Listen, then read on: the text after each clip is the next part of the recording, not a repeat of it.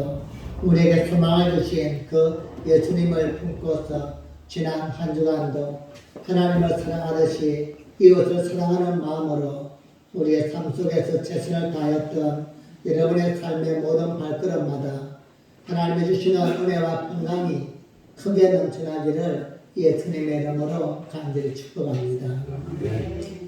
오늘 우리는 구약성경 이사야서 62장 1절부터 5절 말씀을 읽었습니다. 말씀의 제목은 헵시바 뷰라입니다. 나이를 먹으면서 젊어 보인단 말이 기분이 좋아집니다.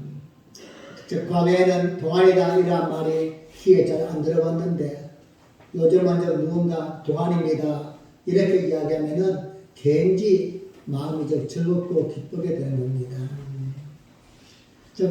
나이를 먹고서 딱 흰머리가 생기고 얼굴에 또한 주름이 생기면서 동안이나 그러한 용어에 관심을 갖게 되고 누군가 또한 그렇게 이야기하면은 그냥 빈말인 줄 알면서도 괜히 그냥 기분이 좋아지는 겁니다.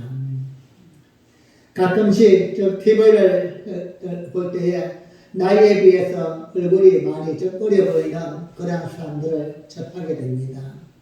어떤 여인은 40대 중반인데 긴 생머리에 또 청바지를 입고서 또 20살이 넘은 자기 아들과 함께 거리에 나가면은 혹시나 남친이냐고 이렇게 묻기도 한다는 겁니다. 그만큼 우리는 동안이라는 소리를 들으면은 누구나 다 좋아하는 것입니다. 근데 가끔씩 방송을 보면 어떻게 해서든지 젊게 보이고 싶어서 자신을 혹독하게 만드는 이러한 내용들도 접하게 됩니다. 상상 이상의 삶을 살아가는 그러한 분들도 없지 않습니다. 어떤 사람은 방송에서 보았는데요. 자기의 볼이 처질까 봐서 한 번도 옆으로 누워서 잔 적이 없다고 합니다. 그냥 똑바로 그냥 천장만 보고서 잠을 잔다는 거예요.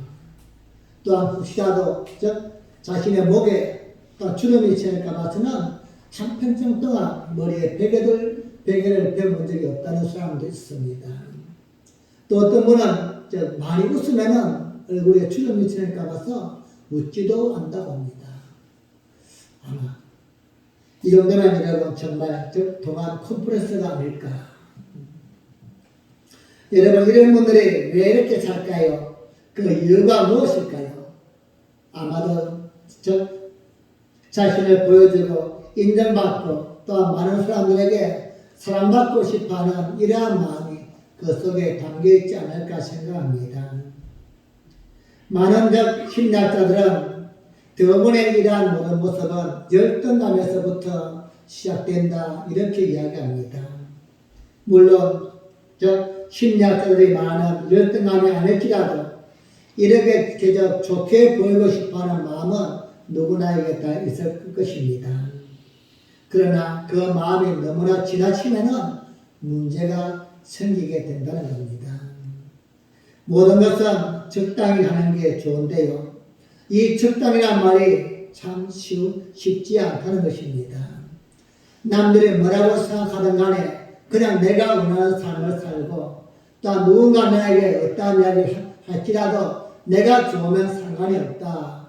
이런 자존감으로 살아야만 하는데 그렇지 못한 모습이 너무나 많이 있습니다. 이 아침에 이름을 향하여 또 한번 우리 믿음의 마음으로 축복합니다. 여러분 세상이 어떠하든지 또한 누가 주변에서 뭐라고 한다 할지라도 여러분 속에는 자존감만큼은 지켜나가시고 언제나 긍정적으로 살 수 있는 모두가 되어지기를 주님의 이름으로 간절히 축복합니다. 내 삶은 내가 만들어가고 내가 책임을 지는 것입니다. 내 주변에 누가 이렇게 말하면 어떡할까? 이렇게 또한 생각하면 어떡할까? 거기에 더 많은 신경을 갖다가 보면은 내 삶을 만들어갈 수가 없습니다. 우리가 오늘 아침에도 손을 들고 고백했듯이 어떤 환경에 내가 처한다 할지라도 나는 하나님의 자녀다. 하나님이 나와 함께 동행하시고 나를 지키시고 보호하십니다. 하나님은 나를 통하여서 나뿐만이 아니라 또 다른 영혼을 살리는 영혼구원의 통로로 쓸 것이다. 이러한 자존감을 품고서 사는 것, 이게 우리에게 가장 우선적이고 중요한 것입니다. 오늘 이 아침에는 여러분 속에 이러한 자존감을 품고서 오늘의 본문을 함께 살펴보았으면 좋겠습니다. 오늘 우리가 읽었던 본문 속에는 두 개의 단어가 나옵니다. 헵시바 빌라입니다. 여러분 처음 들으시죠? 이런 글씨도 있는가? 오늘 아침에요, 제가 실험을 많이 했는데 빌라라는 이런 글을 치니까는 컴퓨터에서 글이 안 되는 거예요.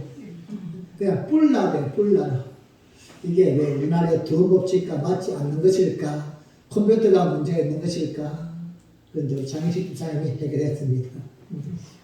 그냥 뿔라로 나오지 빌라로 나오지 않는 거예요. 이만큼 우리가 이해하지 못하고 생소한 용어들이 성경 속에는 수없이 많이 기록되어 있습니다. 이런 헵시바, 그리고 또 하나 빌라입니다. 헵시바는 나의 기쁨이 너에게 있다, 이러한 뜻입니다. 즉 너는 나의 기쁨이다, 이 뜻입니다. 빌라는 결혼한 여인이다, 이러한 뜻을 품고 있습니다. 즉 내가 너와 결혼하여서 너의 모든 삶을 내가 책임진다, 이 뜻이고 빌라입니다. 문제는 하나님이 왜 이런 말씀을 하셨을까, 이게 중요한 것입니다. 어떤 상황에서 누구에게 이 말씀을 하신 것일까?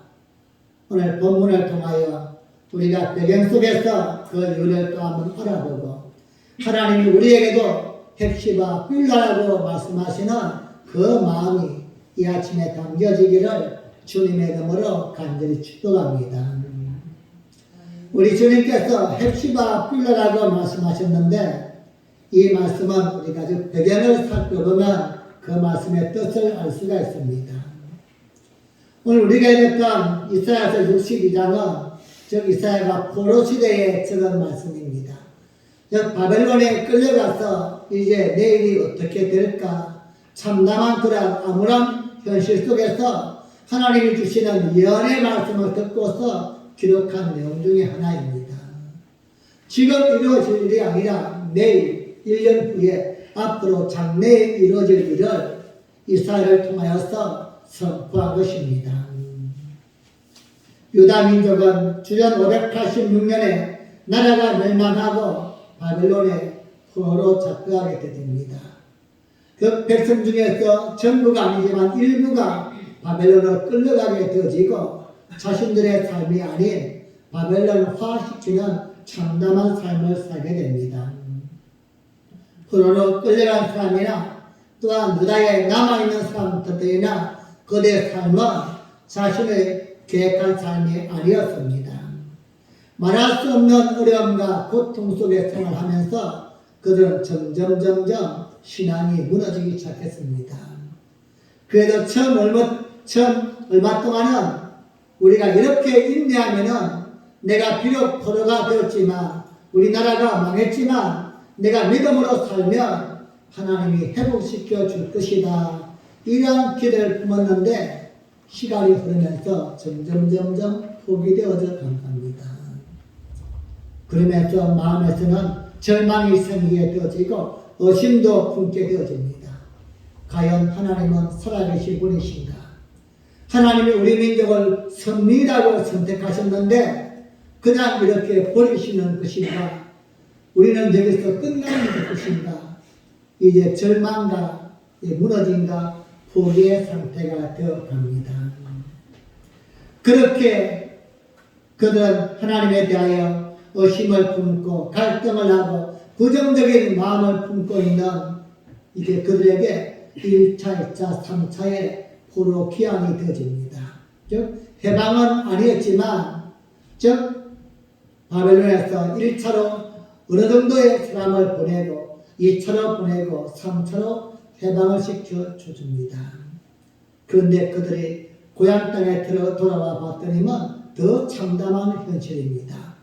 성전은 완전히 다 무너져서 벽돌 위에 벽돌 하나가 남아있지 않는 것입니다. 완전히 성전은 황폐화되었고 성벽도 다 무너져서는 짐승들의 놀이터가 되고 있는 것입니다. 그나마 우리가 돌아가면 다시 하나님 앞에서 예배를 드리고 하나님이 주는 은혜 속에서 다시 시작하자 이러한 기대를 품고 왔는데 그 후에 모습은 한마디로 참담했습니다. 이렇게 처절하고 참담한 현실 앞에서 이스라엘 백성들은 주저앉을 수밖에 없었고 묻을 수밖에 없었습니다. 이때 이사야가 바로 선포한 말씀이 이 말씀입니다. 너희를 하나님은 헵시바라 하시고 뿔나라 하신다.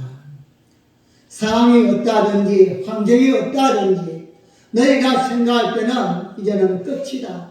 모든 것은 이제 더 이상 시작할 수 없고 희망도 없다고 놓아버릴 때지만 하나님은 너희를 여전히 헵시바라고 하신다.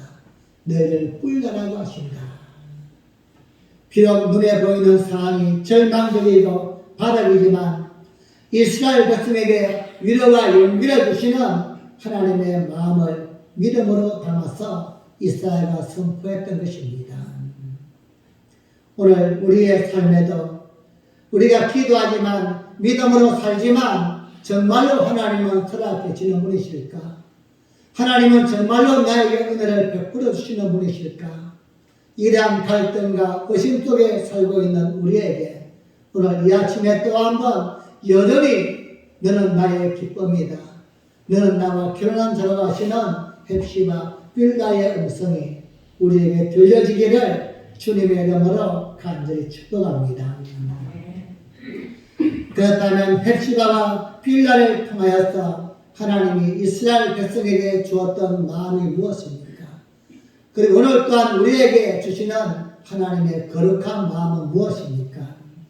첫째로 헵시바라고 말씀하시는 것처럼 나의 기쁨이 너에게 있다는 것입니다.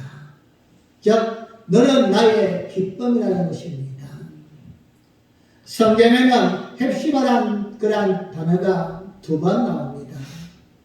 한 번은 즉 우리 하나님을 잘 섬겼던 유다왕 즉 히스기야의 그의 부인의 이름이 헵시바입니다.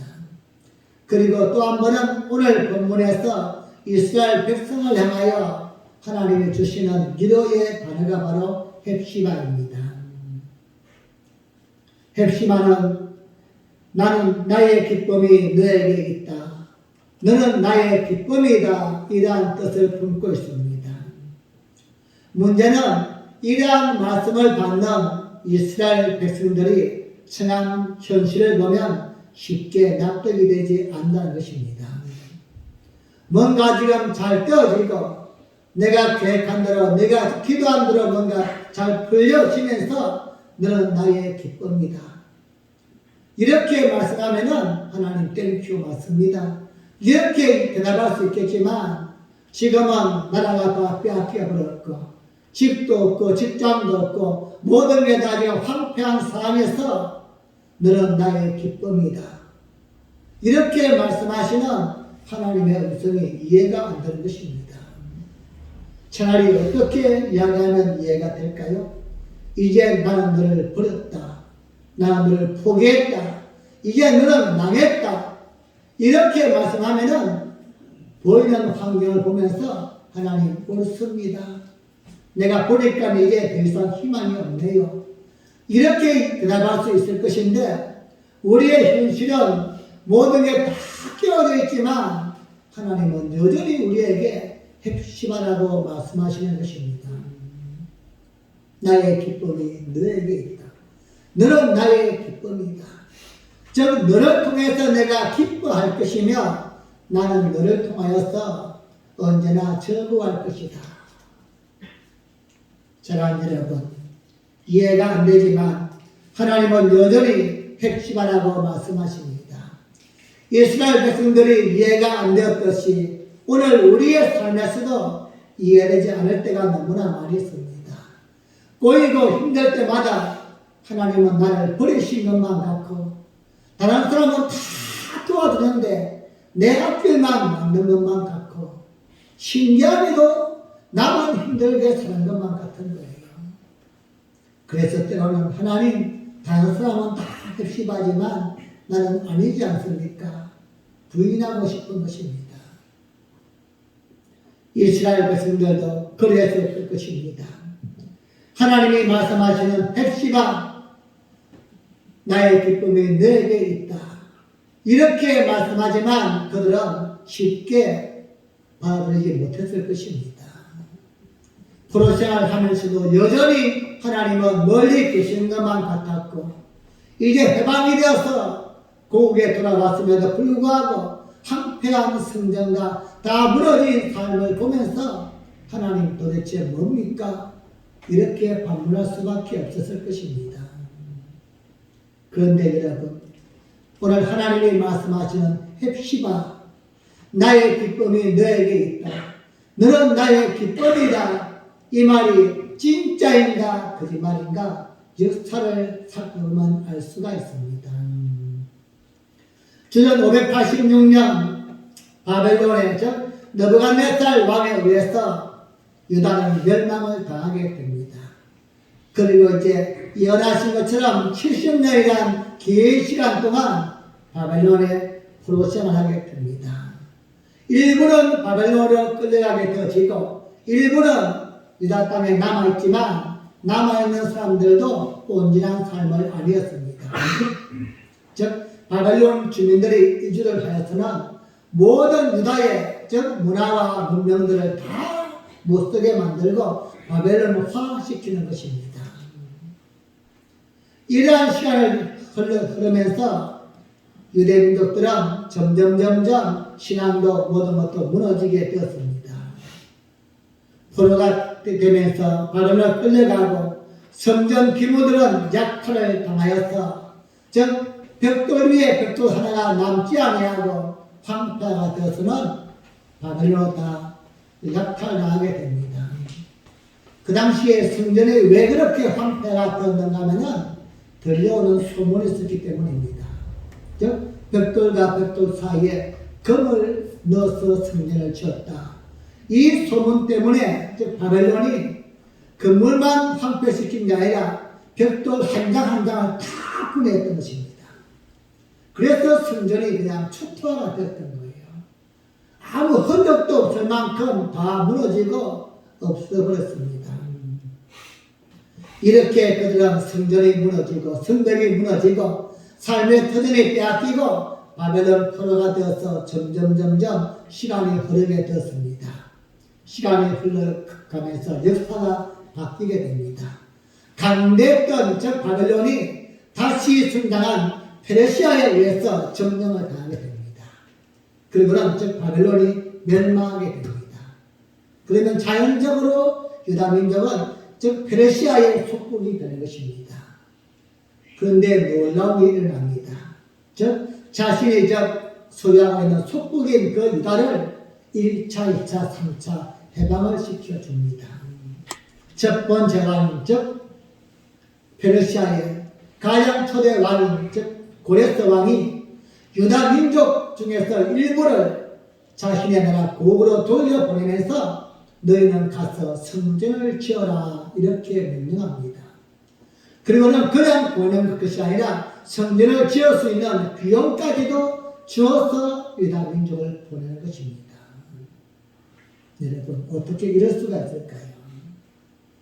이런 놀라운 일을 하는 페르시아 왕 고레스에 대하여 성경은 이렇게 말씀합니다. 이사야 44장 28절 말씀 보겠습니다. 시작. 고레스에 대하여 이르기를 그는 나의 목자라 나의 모든 기쁨을 성취하리라 하며 예루살렘에 대하여 이르기를 중건되리라 하며 성전에 대하여 이르기를 내 기초가 세움이 되리라 하는 자니라. 아멘. 이 말씀대로 된 것이 주전 536년입니다. 즉 고레스 왕은 즉 모든 나라를 평정한 후에 자신들의 속국으로 삼고 있는 유다 민족 일부를 1차로 귀환을 시킵니다. 그러면 그들에게 성전을 짓게 만듭니다. 문제는 성전을 그냥 1차 처리로 짓지 못한 것입니다. 이방인들의 숱한 방해와 또한 그 당시에 유다 땅에 살고 있던 그 같은 유대 민족들이 반일합니다.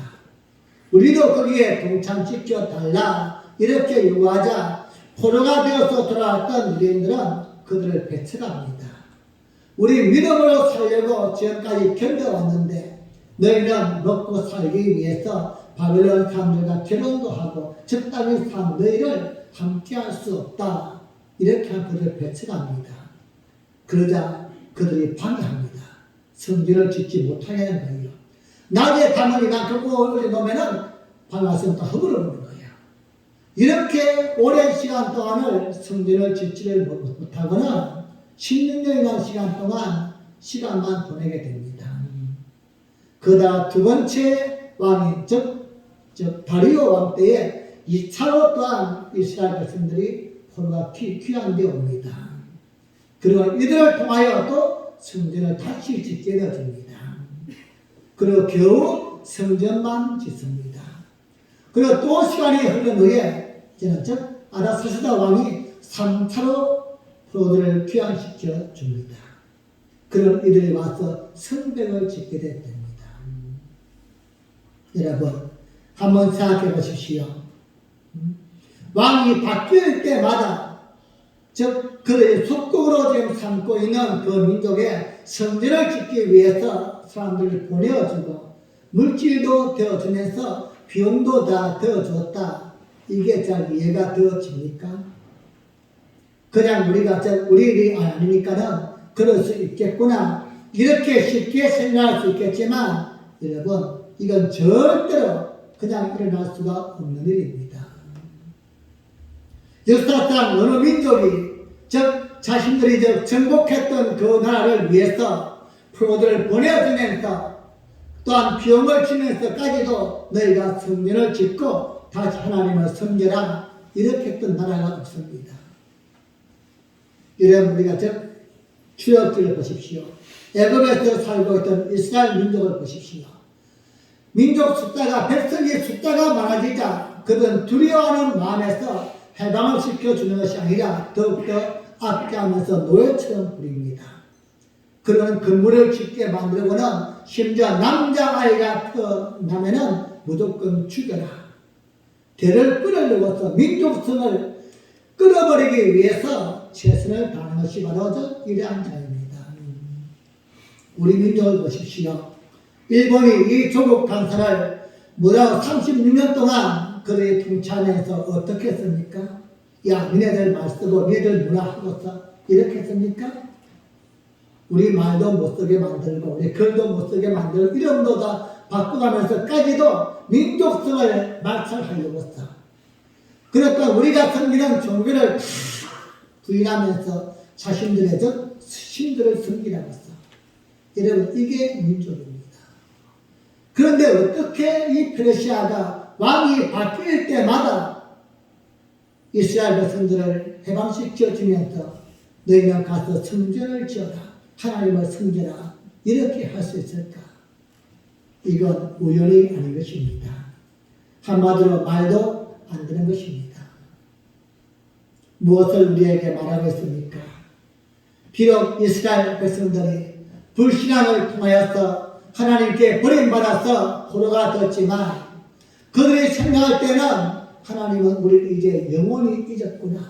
이제 우리는 망했구나. 이렇게 체념하고 절망 속에 있지만 하나님은 그들을 한 번도 잊은 적이 없다는 것입니다.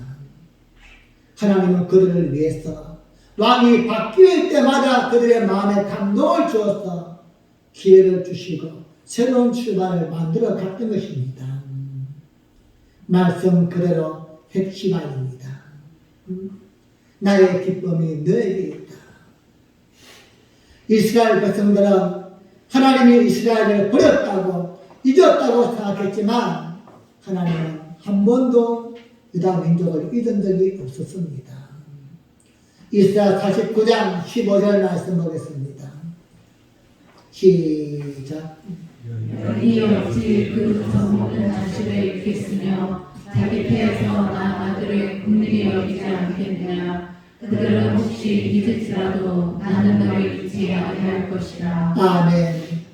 즉 이 땅을 살아가는 어미가 자식을 잊을 수 있겠습니까? 잊을 수 없습니다. 혹시 그를 잊는다 할지라도 그는 인간이기 때문에 잊을지라도 하나님만큼은 잊지 않는다는 것입니다.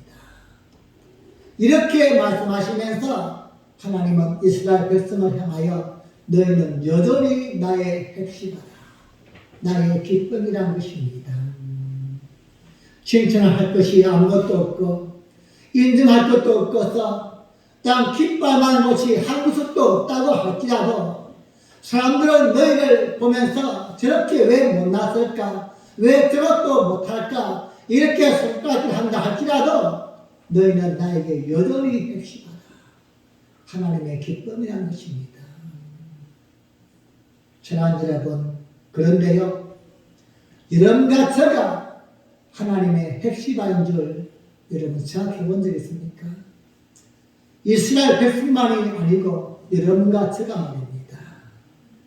하나님 오늘 성령을 통하여서 내가 택한 선민 이스라엘 백성만 핵심하다 이것이 아니라 오늘 우리에게 여전히 너도 나의 핵심하다 말씀하시는 겁니다. 하나님은 우리가 죄인 되었을 때에 우리를 살리기 위하여 아들 독생자를 이 땅에 보내셔서 십자가에 죽게 하시면서까지도 우리를 사랑해 주었습니다. 여러분, 이보다 더 큰 사랑이 어디에 있을까요? 자신의 독생자까지도 내어주면서도 우리를 살리신 그 사랑, 이것이 바로 헵시바의 사랑인 것입니다. 우리를 향한 하나님의 헵시바를 잘 설명해주는 성경이 있는데 바로 저 로마서 8장 30절 말씀입니다. 우리 함께 보겠습니다. 시작. 또 우리 정하신 그들을 또한 부르시고 부르신 그들을 또한 부럽다 하시고 부럽다 하신 그들을 또한 영화롭게 하셨느니라. 아멘. 여러분, 우리가 뭐가 잘났다고, 우리가 딴 잘한 게 있다고, 우리가 뭐가 이쁘다고서 우리를 부르십니까? 우리를 불러서 하나님의 자녀 삼아 주었습니까? 또한 거기에서 끝나는 게 아니라 한 걸음 더 나아가서 우리를 영화롭게 하나님이 하신다는 것입니다. 우리를 향한 하나님의 이 사랑을 우리가 무엇으로 비교할 수 있습니까? 하나님이 왜 우리에게 이렇게 여전히 나는 너를 포기할 수 없고 너는 나의 기쁨이다. 너에게 나의 기쁨이 있다. 이렇게 말씀하실까요? 우리가 앞으로도 가능성이 있기 때문입니까? 시간이 지나면 좀 더 잘할 수 있는 능력이 있기 때문입니까? 우리가 좀 더 하나님이 기다려주면은 성장하고 성숙해서 누구보다도 앞장서서 하나님을 감동시킬 수 있는 이러한 우리의 뭔가 있기 때문입니까? 아닙니다.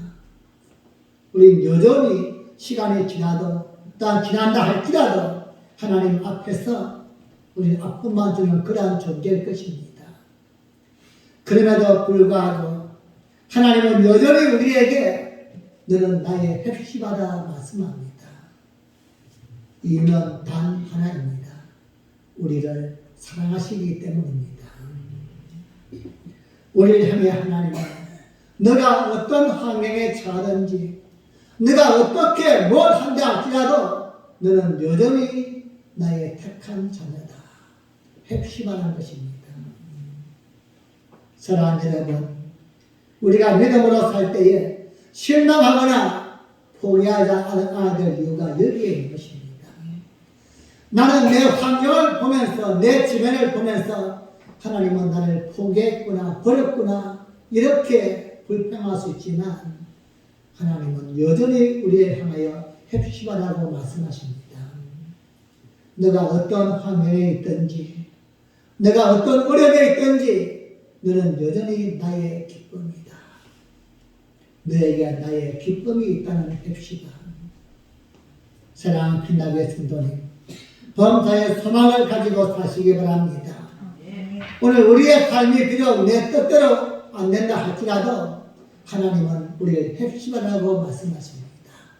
우리의 육신의 분노가 우리를 잊을지라도 하나님은 절대 우리를 잊지 아니하고 여전히 지키시는 헵시바임을 잊지 마시고 범사의 믿음으로 승리할 수 있는 여러분과 제가 되어지기를 예수님의 이름으로 간절히 축복합니다. 두 번째로는 결혼한 여인한 뜻이 빌라입니다. 오늘 말씀에서 빌라는 히브리 말로 베올라라는 뜻입니다. 즉 새로운 장소, 새로운 땅을 이야기합니다. 즉 황무지가 바뀌어서 즉 새로운 은혜의 축복의 동산이 되었다. 이러한 뜻이 바로 빌라인데요. 또 하나는 누군가에게 붙들린 바 되었다. 즉 결혼한 여인이 남편에게 붙들린 바 되듯이 즉 당시에는 빌라하는 이 용어 속에는 책임져 준다. 이러한 말이 포함되어 있습니다. 애굽에서 해방된 이스라엘 백성들은 하나님이 약속하신 가나안 땅에 정착하게 되었습니다. 그 땅은 하나님이 약속하신 젖과 꿀이 흐르는 땅이요 축복의 땅이었습니다. 그런데 시간이 흐르면서 그 땅이 점점 황폐화되기 되기 시작했습니다. 말씀에 순종하지 않는 이스라엘 백성들을 인하여서 그 주변에 있는 바벨론이, 암몬이, 모압이 침략하면서 그 땅은 축복의 땅이 아니라 황폐한 땅, 우상의 땅, 저주의 땅으로 바뀌어지게 됩니다. 그리고 결국은 이스라엘 백성들 또한 바벨론의 포로가 되어지면서 북이스라엘도 망하고 남유다도 멸망하면서 그 땅은 멸망의 땅이요 저주의 땅으로 바뀌게 됩니다. 축복의 땅이 저주의 땅으로 바뀐 것입니다.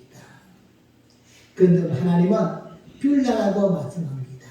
이 황무지를 하나님은 한 번도 포기한 적이 없다는 것입니다. 다시 그 땅을 희망의 땅이요 소망의 땅이요 하나님이 기뻐하시는 축복의 땅으로 만들어준다는 것이 바로 빌라인 것입니다. 이처럼 지난날 약속의 땅이 이스라엘의 불순종과 죄악으로서 황무지가 되었지만 하나님은 지금까지도 그 땅을 통치해왔고 이제 또 한 번 그 땅을 통치하시사 이스라엘 백성에게 축복의 땅으로 안겨준다는 것입니다. 말씀을 쉽게 설명하면 당시에는 즉 여자가 결혼을 했다는 것은 모든 것을 남편이 책임져 준다는 이러한 뜻이고 필라였습니다. 성경 우리에게 예수님은 신랑이요 교회와 성도는 신부라고 많이 지칭하고 있습니다. 이 말은 예수님이 우리의 모든 것을 책임져 준다는 것입니다. 너는 나와 결혼한 자이다, 빌라이다. 너의 모든 삶을 내가 책임져 줄 것이며 너의 모든 황무한 땅을 내가 축복의 땅으로 만들어 주겠다. 이것이 곧 빌라입니다. 헵시바, 즉 나의 기쁨이 너에게 있었다. 빌라, 즉 결혼한 여인이 되었다. 이 두 단어를 합치면은 앞으로 너의 모든 책임은 하나님이 내가 보장해 줄 것이다. 이 의미가 담겨 있습니다. 우리는 구약은 그런 말씀이 많지 않지만 시작을 통해서는 예수님께서 우리를 책임져 주신다. 이러한 말씀이 너무나도 많이 있습니다. 즉 너희가 나를 선택한 것이 아니요 내가 너희를 선택하였으니 나는 너를 책임져 줄 것이다. 예수님은 오늘도 우리에게 빌라라고 말씀하십니다. 너희의 모든 삶을 책임져 줄 것이다. 사랑하는 여러분, 우리는 이 말씀을 믿어야만 됩니다. 베드로전서 5장 7절에서는 너희 염려를 다 주께 맡기라. 이는 그가 너희를 돌보심이라 말씀합니다. 예수님이 우리를 책임져 준다는 것입니다. 즉 우리가 감당할 수 있던 감당할 수 없던 모든 부분을 예수님께 맡기면 예수님은 빌라가 되어준다는 것입니다. 우리는 지금까지도 이 말씀을 믿고 살아왔습니다. 오늘도 우리는 이 말씀을 믿고 살고 있습니다. 앞으로의 남은 모든 시간들 속에서도 하나님이 이스라엘 백성을 향하여 빌라라고 이야기했듯이 예수님이 우리에게 또 한 번 말씀하시는 내가 너희의 모든 것을 책임져 줄 것이다. 이 말씀을 확신하고 말씀 붙들고 믿음으로 살 수 있는 여러분과 제가 되어지기를 주님의 이름으로 간절히 축복합니다. 사도행전에 기록된 초대교회 성도들은 담대하였습니다. 그래서 모든 교회가 초대교회를 닮고 싶어합니다. 또한 모든 성도님들이 초대교회 성도님들의 신앙을 닮고 싶어합니다. 그런데 그 핵심이 무엇일까? 그들은 왜 무엇 때문에 무엇이 있었길래 그렇게 담대하고 하나님의 말씀을 순종하며 하나님의 복음을 전가하며 목숨도 아까워하지 아니하고 살 수 있을까? 그 비결이 무엇일까? 여러분, 그들이 우리보다도 환경이 좋았기 때문일까요? 우리 같은 생활에 여유가 있었기 때문일까요? 그렇지 않습니다. 그들은 정말로 예수를 믿는다면 잡아가서 사자굴에 넣든지 아니면 톱으로 짜든지 끓는 물에 집어넣든지 이러한 순교를 각오하고 예수를 믿었던 그 시대입니다. 그럼에도 불구하고 이들이 담대하게 예수님의 복음을 전가하고 나는 예수 믿는 사람입니다. 이렇게 살았던 그들의 정체성이 무엇일까요? 바로 하나님의 말씀을 믿었기 때문입니다. 헵시바, 빌라 이 말씀을 믿었던 것입니다. 너가 좀 이뻐서가 아니라 너가 잘나기 때문이 아니라 너는 어떤 환경 어떻게 산다 할지라도 너는 나의 기쁨이다. 나는 너를 통하여 기쁨을 누린다. 하나님의 헵시바, 너의 모든 삶을 내가 책임져 줄 것이다. 빌라 이 말씀 하나 붙들고 그는 담대하게 살았던 것입니다. 얼마 전만 해도 그들과 함께했던 예수님이 십자가에 달려 돌아가 버렸습니다. 그렇던 당당했던 바울도 복음을 전가하다 감옥에 갇혀버렸습니다. 모든 게 다 절망입니다. 누구를 보고 누구를 의지하고 살아야만 될 것인가 희망이 없는 그들이었지만 그들은 담대했습니다. 흔들리지 않았습니다. 누가 뭐라 한들 그들은 하나님을 믿는 믿음만큼은 변치 않았습니다. 바로 말씀의 은혜가 있었기 때문입니다.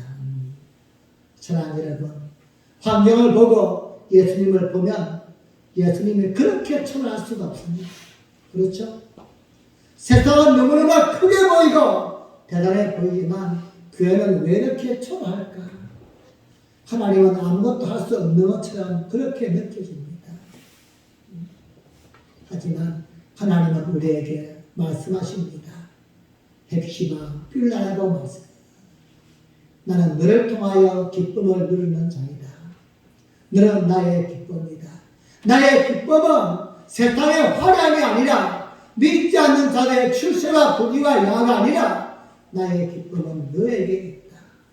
믿음으로 살려고 하는 말씀 하나 붙들고 살려고 하는 너 때문에 나는 정말로 기쁘고 행복하다. 내가 너의 모든 걸 다 책임져 줄 것이다. 사랑하는 성도님, 하나님의 이 마음을 품고 하나님의 이 마음을 가슴에 담고 남은 생애 동안도 승리하며 살아갈 수 있기를 주님의 이름으로 간절히 부탁을 드립니다. 말씀을 맺겠습니다. 이스라엘 백성을 선택하신 하나님은 한 번도 그들에게 눈을 뗀 적이 없었습니다. 광야에서 40년간 하나님의 마음을 그렇게 힘들게 하고 성내에서도 그들은 목이 곧은 백성이다. 나는 저들과 함께하지 않겠다. 이렇게 하나님이 말씀하실 만큼 그는 폐역하고 원망과 불평이 심한 자였습니다. 어디만 하여도 하나님 땡큐 너무너무나 감사합니다. 이렇게 눈물을 흘렸는데 하룻밤만 자고 나면은 하나님 이게 뭡니까 도대체 계십니까 안 계십니까 원망하면서 그렇게 살았던 이스라엘 백성이지만 하나님 한 번도 그들을 떠난 적이 없었고 버린 적이 없었다 말씀합니다. 약속하신 모든 것을 이루어 주었고 하나님 은혜대로 그들을 지키시고 인도하시며 축복의 땅에서 그들을 지켜주었습니다. 바로 그것이 헵시바 빌라의 하나님의 약속이었기 때문입니다. 나는 내가 선택한 너희를 보면서 기뻐하지 세상을 보면서 기뻐하지 않는다. 세상에서 하나님을 알지 못하는 그들이 아무리 뭔가 대단하다 할지라도 그들 때문에 내가 존재하는 것이 아니라 나의 기쁨, 나의 행복이 내 자녀 때문에 나는 오늘도 기뻐한다. 하나님은 여전히 우리의 행하신 헵시바여 빌라인 줄 믿습니다. 그렇게 이스라엘 백성을 사랑했던 그 하나님은 오늘 우리에게 예수님을 통해서 또 한 번 너희는 헵시바여 빌라라고 보여줬지 않습니까? 우리를 대신하여 십자가에서 모든 걸 내어주시면서까지도 나는 너를 이만큼 사랑한다. 여러분, 이보다 더 큰 사랑이 어디에 있습니까? 사랑하는 성도님, 우리를 향하여 헵시바라 말씀하시고 빌라라고 말씀하시는 하나님 예수님의 음성을 기억하시기 바랍니다. 때때로 삶 속에서 얽히고 섞여서 너무나도 고통스럽고 힘든 순간이 있다고 할지라도 하나님은 여전히 그럼에도 불구하고 너는 나의 기쁨이다. 난 너를 통해서 행복하고 기뻐하다 하시는 하나님의 마음을 품으시고 범사의 믿음 안에서 말씀 안에 또 한 번 살아가는 여러분과 제가 되었어. 언젠가는 하나님이 정말로 너를 잘 선택하였다고 우리를 보면서 이제는 고통 속에서 웃는 것이 아니라 하나님이 정말로 웃고 싶어서 웃으시는 이러한 믿음의 삶을 살아가는 여러분과 제가 되어지기를 예수님의 이름으로 간절히 축복합니다. 우리 함께 기도하시겠습니다. 우리 한번 합심으로 기도할 때 하나님 이스라엘 백성을 향하여서 헵시바라 말씀하신 하나님 나의 기쁨이 너에게 있다.